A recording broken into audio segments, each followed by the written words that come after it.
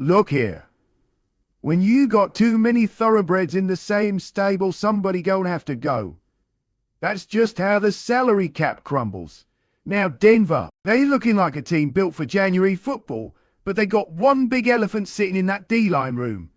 And his name is John Franklin Myers. Now let me tell you something. Ain't nobody seen that coming. Not Vegas. Not them talking heads. Not even Bronco Nation. But that rookie Bo Nix. That boy showed poise. That defense. Woo. That was something different. Denver came out of nowhere and punched the whole league in the mouth. The Denver Broncos defied expectations in 2024, sneaking into the playoffs with grit, defense, and a first-year quarterback who matured faster than expected. Head coach Sean Payton brought a no-nonsense edge back to Mile High, and the whole league had to respect it. Denver went 10-7, securing a wild card berth behind elite defensive play and a rookie quarterback who didn't blink in the spotlight. Bo Nix may not have been the flashiest QB in the 2024 class, but he was the most pro-ready. And when Denver handed him the keys, he drove like a vet. Now they're building around him. Rookie RJ Harvey, Pat Bryant, and Evan Engram join the mix. You don't drop a young QB in the deep end unless you got lifeguards everywhere. Cortland Sutton out wide, a strong O-line, and a couple weapons in the slot. That's how you keep the kid upright and confident. The offense ain't finished, but it's functional. And that's enough when your defense is nasty. Let's be real. This team's calling card is defense. Third in points allowed. Seventh in total defense. And Patrick Surtain, Defensive Player of the Year. Don't play with that boy. Surtain is lockdown. I'm talking Rio Speedwagon lockdown. You can't go nowhere when he put that seatbelt on. Now add Dre Greenlaw and Talanoa Hufanga to that mix. It's unfair. They even drafted Jahdae Barron to build future-proof depth. But here's where the problem starts. That bill is coming due. Franklin Myers isn't a household name, but football folks know.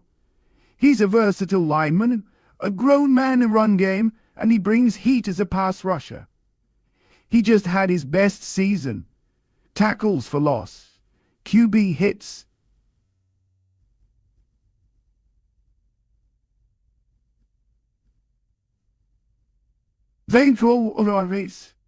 Let me break this down. You don't win in December if you soft up front. Franklin Myers, he's the kind of dude that make you think twice about running inside zone. He's lunch pail, blue collar, all them cliches. And it's all true. But guess what? He's also expensive and expendable. JFM's contract is up after this year. And with big money already committed to Hufanga and Greenlaw, and with Nick Bonita needing an extension soon, Denver can't pay everybody. Cap space don't stretch like yoga pants. Somebody gonna get squeezed. They already spent $76.5 million on 2 new defenders. Franklin Myers is gonna want his bag, and deservingly so. But it might not come from the Mile High front office. Franklin Myers skipped Otis this offseason. His agent said it's nothing. Just his normal routine. No holdout, no drama. I've been around too long. When a man's money ain't right, his schedule get flexible real quick. I ain't saying he mad, but I ain't saying he happy either. Let's be honest. When contracts are up and money is tight, everything means something.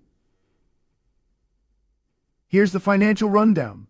Patrick Surtain 20, due for a mega deal in 2026. Nick Bonito, contract year in 2025.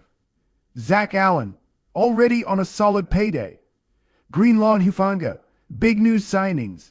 That's a crowded room. And Franklin Myers, despite being productive, isn't in their future tier. You can't shop at Louis Vuitton if your wallet on clearance.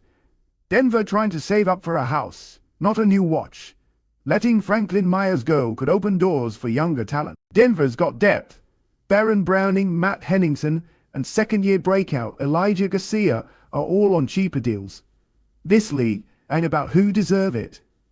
It's about who can you afford and still win. Simple as that. So while JFM is a top 3 defender on tape, he's top 5 in cap hit. That math ain't mathin'. You better believe there are teams that would love Franklin Myers. Some potential fits. Chicago Bears need a vet to support their young edge rushers. Cleveland Browns are Myles Garrett running mate on the interior. Atlanta Falcons in win now mode and thin at DL Houston Texans with cap space and championship ambition. Denver can't afford him, but somebody out there got the bag and the need. And Sean Payton ain't dumb.